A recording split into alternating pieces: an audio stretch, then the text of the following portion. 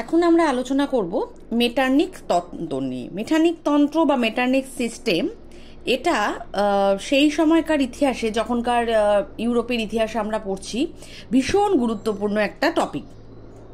কেন?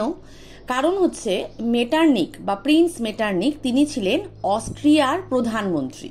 অস্ট্রিয়ার রাজা নন, কিন্তু অস্ট্রিয়ার প্রধানমন্ত্রী। তিনি বলতে পারো অস্ট্রিয়ার মুখ ছিলেন। তিনি অস্ট্রিয়ার সমস্ত কিছু দেখাশোনা করতেন।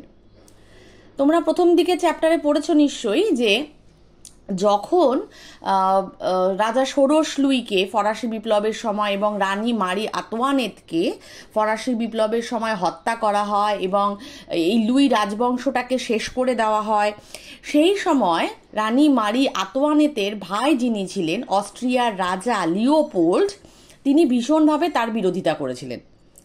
মারি আতোয়ানেত ছিলেন অস্ট্রিয়ার রাজকন্যা এবং রাজা লিওপোল্ড, যিনি অস্ট্রিয়ার রাজা ছিলেন, তারই প্রধানমন্ত্রী ছিলেন মেটার্নিক। ফলে স্বাভাবিকভাবে মেটার্নিক তার রাজা এবং তার রাজ পরিবারের রাজকন্যা এই সবাইকেই তিনি রক্ষা করতে চেয়েছিলেন। যখন তিনি দেখলেন যে অস্ট্রিয়ার রাজকন্যা বা মারি আতোয়ানেতকে হত্যা করা হলো ফরাসি বিপ্লবে, রাজা ষোড়শ লুইকে হত্যা করা হলো, তখন থেকেই মেটার্নিক ভীষণভাবে এই বিপ্লব পরবর্তী উদারনীতি, মানবতাবাদ এগুলোর বিরোধিতা করতে শুরু করলেন। মেটার্নিক প্রচণ্ড পরিমাণে রাজতন্ত্রে বিশ্বাসী ছিলেন, অসম্ভব সুদর্শন ছিলেন, মানে দেখতে ভালো ছিলেন, কম কথা বলতেন, ভীষণ বুদ্ধিমান ছিলেন এবং কূটকৌশলী ছিলেন। সেই কারণেই মেটার্নিককে কূটনীতির রাজপুত্র বলা হতো। 1815 থেকে 1848 সাল পর্যন্ত ইউরোপের রাজনীতি এবং রাজনৈতিক যত বিষয় সম্পত্তি আলাপ আলোচনা ছিল, সব কিছুতেই মেটার্নিকের মতামত খুব গুরুত্বপূর্ণভাবে কাজে দিত। মেটার্নিকই ছিলেন সেই সময়কার বলতে গেলে পুরো ইউরোপের ভাগ্য নিয়ন্ত্রক।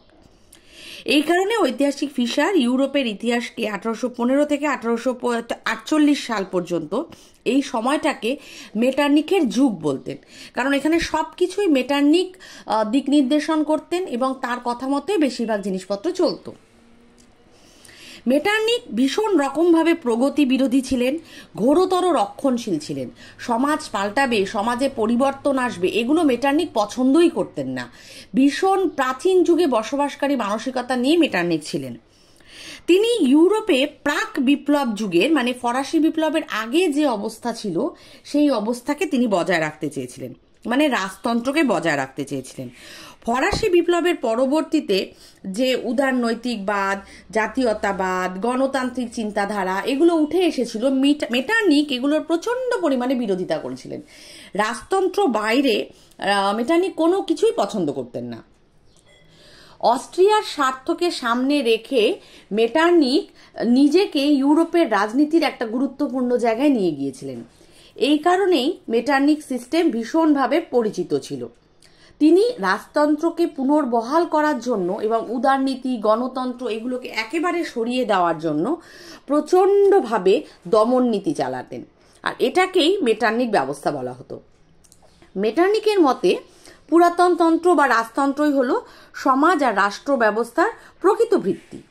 তিনি প্রাক বিপ্লব যুগের বংশানুক্রমিক রাজতন্ত্র, রাজার দৈব সত্ত্ব, মানে রাজাকে দেবতাইরাই ঠিক করে দেয় রাজা হিসেবে, রাজার স্বৈরতন্ত্র, অভিজাততন্ত্র, এই সব কিছুকে তিনি সাপোর্ট করতেন। মানে মোটামুটি রাজতন্ত্রের যত ভালো খারাপ যত দিক ছিল মেটার্নিক সব কটাকে সাপোর্ট করতেন। এই কারণেই ভিয়েনা সম্মেলনে ন্যায্য অধিকার নীতির দ্বারা প্রাক বিপ্লব যুগের রাজবংশগুলোকে ইউরোপের বিভিন্ন দেশে তিনি পুনরায় প্রতিষ্ঠা করতে চেয়েছিলেন এবং করেওছিলেন। ফরাসি বিপ্লবের পরবর্তী ভাবধারাগুলোকে তিনি মনে প্রাণে ঘৃণা করতেন। তার কাছে এগুলো ছিল রাজনৈতিক মহামারী, অরাজকতার দূত। তার চোখে ফরাসি বিপ্লবও ছিল ঘোরতর অরাজকতা আর নাশকতা। মানে যেখানেই রাজতন্ত্রের বিরোধিতা, মেটার্নিক তার বিরোধী। তিনি প্রচণ্ড পরিমাণে রাজতন্ত্রে বিশ্বাসী ছিলেন, ভয়ঙ্কর রকমের। মেটার্নিক ছিলেন অস্ট্রিয়ার চ্যান্সেলর বা প্রধানমন্ত্রী। অস্ট্রিয়ার হ্যাবসবার্গ সাম্রাজ্য বহু জাতিগোষ্ঠী, ভাষাভাষী মানুষকে নিয়ে গঠিত ছিল। মেটার্নিক স্পষ্টই বুঝতে পেরেছিলেন যে ফরাসি বিপ্লব প্রসূত এই জাতীয়তাবাদ, গণতন্ত্র, আত্মনিয়ন্ত্রণের অধিকার এগুলো যদি অস্ট্রিয়ায় প্রবেশ করে, তাহলে অস্ট্রিয়াতেও এই সাম্রাজ্য বা রাজতন্ত্র সম্পূর্ণ উঠে যাবে, ভেঙে পড়বে এবং মেটার্নিকের ক্ষমতা চলে যাবে, যেটা তিনি একেবারেই চাননি। সেই কারণেই মেটার্নিকের অভ্যন্তরীণ বৈদেশিক নীতির উদ্দেশ্য ছিল এক এবং অভিন্ন, রক্ষণশীলতা এবং স্থিতাবস্থা। এই দুটোকেই মেটার্নিক চিরকালীনভাবে ইউরোপে কায়েম করে রাখতে চেয়েছিলেন। মেটার্নিক নিজ রাজ্য অস্ট্রিয়া, জার্মানিতে ভীষণ সফলতার সাথে মেটার্নিক তন্ত্র প্রয়োগ করেন বা রাজতন্ত্র প্রয়োগ করেন। বহু জাতিগোষ্ঠী ভাষাভাষী মানুষের দেশ অস্ট্রিয়ায় তিনি বিভেদ নীতি প্রয়োগ করেন, মানে জাতিতে জাতিতে দ্বন্দ্ব লাগিয়ে দেওয়ার চেষ্টা করেন। এক জাতিগোষ্ঠীর বিরুদ্ধে অন্য জাতিগোষ্ঠীর মানুষকে তিনি উস্কে দেন, যাতে সবার মধ্যে লড়াই চলে। যত একে অপরের বিরুদ্ধে লড়বে ততই সবাই রাজার বিরুদ্ধে যাওয়ার সময় পাবে না। ফলে মেটার্নিক তার রাজপরিবার, রাজতন্ত্র, প্রধানমন্ত্রিত্ব নিয়ে খুশি থাকবেন।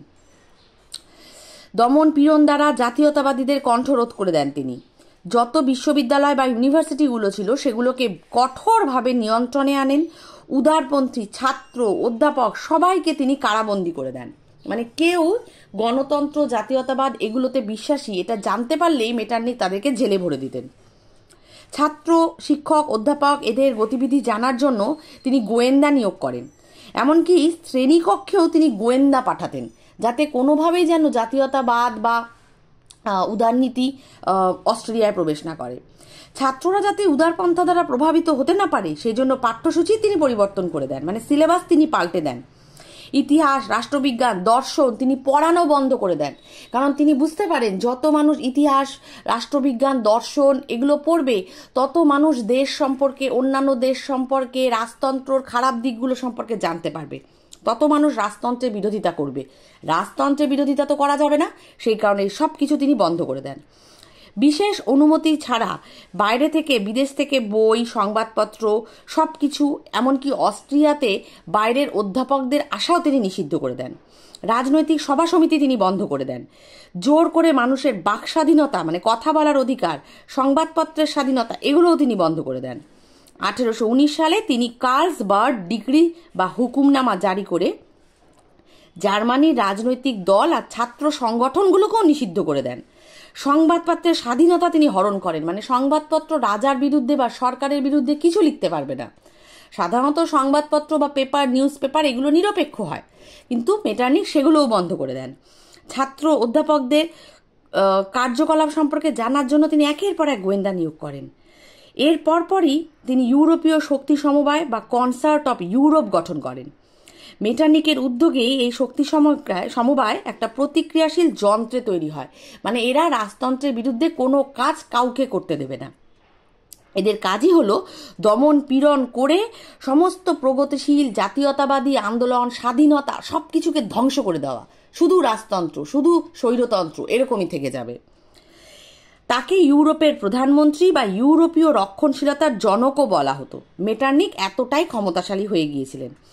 1848 সালে যখন ফেব্রুয়ারি বিপ্লব হয় তখনই মেটার্নিক তন্ত্রের পতন হয় এবং মেটার্নিক পালিয়ে গিয়ে ইংল্যান্ডে আশ্রয় গ্রহণ করেন, কারণ তিনি বুঝে গিয়েছিলেন যে দেশে থাকলে তাকেও হয়তো হত্যা করা হবে। মেটার্নিক এবং তার পদ্ধতির পতন অনিবার্য ছিল, কারণ কোনো মানুষই বা একটা জনগোষ্ঠী, একটা দেশের জনগণ সারা জীবন রাজার অনুগত থাকবে, পরাধীন হয়ে থাকবে, এটা হয় না। সবাই স্বাধীনতা চায়। তখন সবাই একটা সময় এসে মেটার্নিকের বিরোধিতা করে। মেটার্নিক যে যুগের মানুষ ছিলেন সেই সময় জাতীয়তাবাদ, গণতন্ত্র, উদারতন্ত্র সব ধীরে ধীরে গড়ে উঠছিল। ফলে স্বাভাবিকভাবেই এই গণতন্ত্র, উদারতন্ত্র, মানবতাবাদকে সরিয়ে দিয়ে শুধুমাত্র স্বৈরাচারী রাজতন্ত্রকে বজায় রাখবো, এটা কখনোই বেশি দিন টিকে থাকবে না।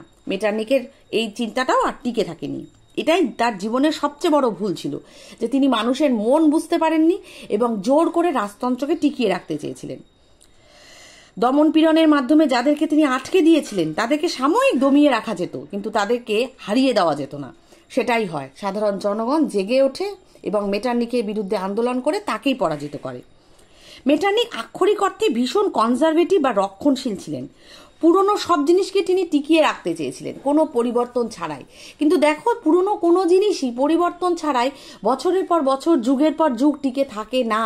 বাড়ির দরজা জানলাও একসময় ভেঙে পড়ে, সেগুলোকে সারাই করতে হয়, আমাদের পাল্টে ফেলতে হয়, নতুন আনতে হয়। কিন্তু মেটার্নিক এই ধরনের কোনো নতুনত্ব পছন্দই করতেন না। নতুন ঐতিহাসিক শক্তির অভ্যুদয়ের সঙ্গে সঙ্গেই সামঞ্জস্য রেখে সংস্কার করে পুরনো কাঠামোকে নতুন করে গড়ে তোলার একটা পরিকল্পনা করতেই হয়, যেটা মেটার্নিকের একেবারেই ছিল না। এটাই মেটার্নিকের রাজনীতিজ্ঞ হিসাবে বা কূটনীতিবিদ হিসাবে একটা বিশাল বড় পরাজয়। তিনি যদি যুগের সাথে সাথে সময়ের সাথে সাথে পরিবর্তিত হয়ে নিজেকে রাজতন্ত্রের সাথে সাথে প্রজাতন্ত্র গণতন্ত্রের দিকেও এগিয়ে নিয়ে যেতেন, তাহলে কিন্তু তিনি আরও বহু বছর হয়তো রাজত্ব করতে পারতেন। কিন্তু তিনি শুধুমাত্র রাজতন্ত্রকে টিকিয়ে রাখতে চেয়েছিলেন, যে কারণেই মেটার্নিকের খুব দ্রুতই পতন হয়ে যায়।